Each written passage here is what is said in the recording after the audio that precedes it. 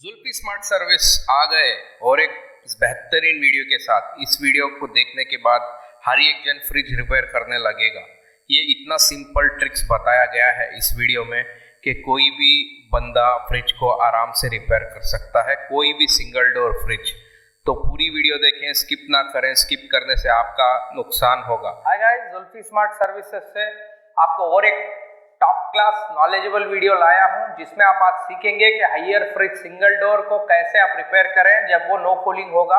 आप पूरा वीडियो देखें। ज्यादा से ज्यादा नॉलेजेबल वीडियोस के लिए जुल्फी स्मार्ट सर्विसेज को आप थोड़ा ज्यादा सब्सक्राइब और लाइक और शेयर करें गाइस।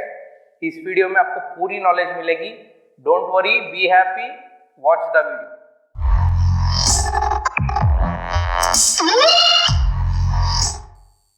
तो देखेंगे, ये सबसे अच्छा मॉडल था, नया मॉडल था, हायर फ्रिज है, सिंगल मिनी डोर है।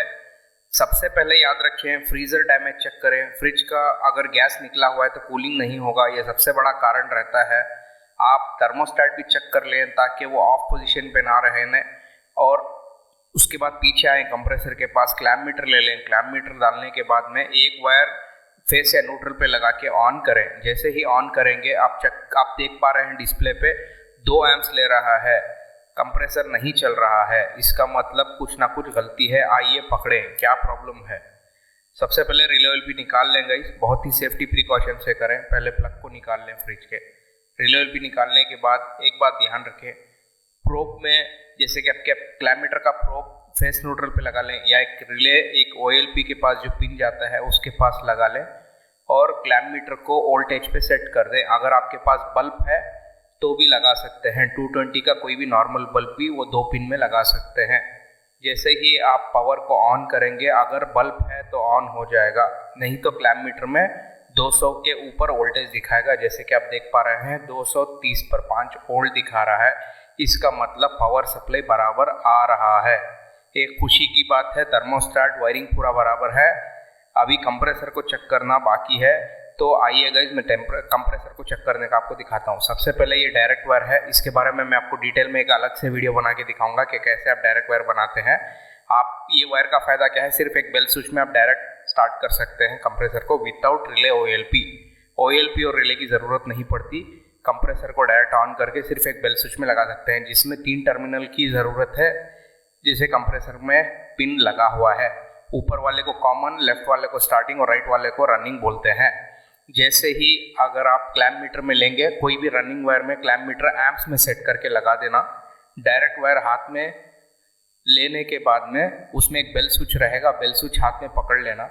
जैसे ही आप प्लग को अंदर डालेंगे, वो रनिंग और कॉमन में पावर सप्लाई जाएगा। स्टार्टिंग को आप टॉर्क देना पड़ेगा, वही काम रिले करता है।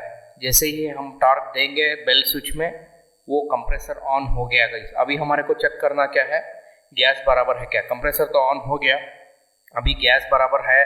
कैसे चेक करें, डिस्चार्ज लाइन गर्म रहेगा, सेक्शन लाइन जो फ्रीजर से निकलता है वो ठंडा रहेगा।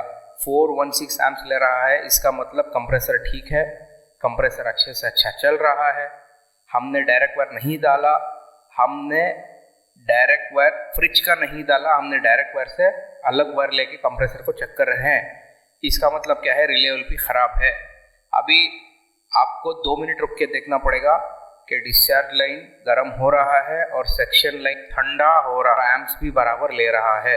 अगर आपको सेफ्टी देखना है तो फ्रीजर के अंदर हाथ डालें और ठंडा हो रहा है या नहीं देख लें। एक बात याद रखें, इतना जल्दी कूलिंग नहीं आएगा। अगर 600 है तो बहुत ही आराम से आएगा। जो कैपिलरी का मार्क है आप देख लें फ्रीजर में, उसमें आपको ठंडा होगा थोड़ा, तो आप समझ लें कूलिंग हो रहा है। और एक बात याद रख लेंगे, अगर नए टेक्नीशियन है या फिर आप ट्राई कर रहे हैं तो वायरिंग एकदम से ना निकालें। पुराने OLP का एक वायर निकालें और नए OLP में कनेक्ट कर लें। आप गौर से देखें, रनिंग में यम बोल के लिखा है इस रिले पे, उसमें फेस आता है, उसको राइट साइड ऑलवेज ABC अगर रखें तो C के पास आपको रनिंग वायर आता है। नया रिले में देखेंगे 4 पिन, 3 पिन, 2 पिन भी हो सकता है। 2 पिन कभी भी कैपेसिटर लगाने के लिए होता है। कैपेसिटर का एक अलग फायदा है, उसमें पावर सप्लाई कम लेता है। अगर चाहे तो आप ऐड कर सकते हैं। ये 5 और 6 दिया है, हमारे को सिर्फ अभी एक ही पिन की ज़रूरत है। जो 5 है हमने उस रिले का कनेक्शन निकाल के इस रिले में दे दिया गाइस। आप देख सकते हैं यम मतलब 5 मतलब इस रिले का हमने कनेक्शन दे दिया। और नॉर्मली हम क्या कर रहे हैं अभी, जैसे आप देख पा रहे हैं राइट साइड में हमने सी जैसे कि ABC दिया है हमने कनेक्शन, और ऊपर का ये में दिया है कॉमन। आप जैसे कि देख पा रहे हैं कोई भी कॉमन या मेन वायर में क्लैम्प मीटर को एम्प्स में सेट करके डाल दे, और अभी डायरेक्ट वायर नहीं नया रिले LP डाल के फ्रिज का वायर ऑन करें। जैसे ही आप ऑन करेंगे आप देखना गाइस, बहुत ही इजी तरीका था, बहुत ही आराम से ऑन हो गया रिले LP जैसे ही चेंज करेंगे। तो गाइस इसी बात पे आपको मेथड पूरा पता चल गया होगा। इतना इजी, इतना अच्छा फॉर्मूला मैंने बताया। अगर रिले LP खराब है तो हिला के देखिए, थोड़ा हिलने का साउंड आएगा, अपना अंदर टूटने का साउंड आएगा।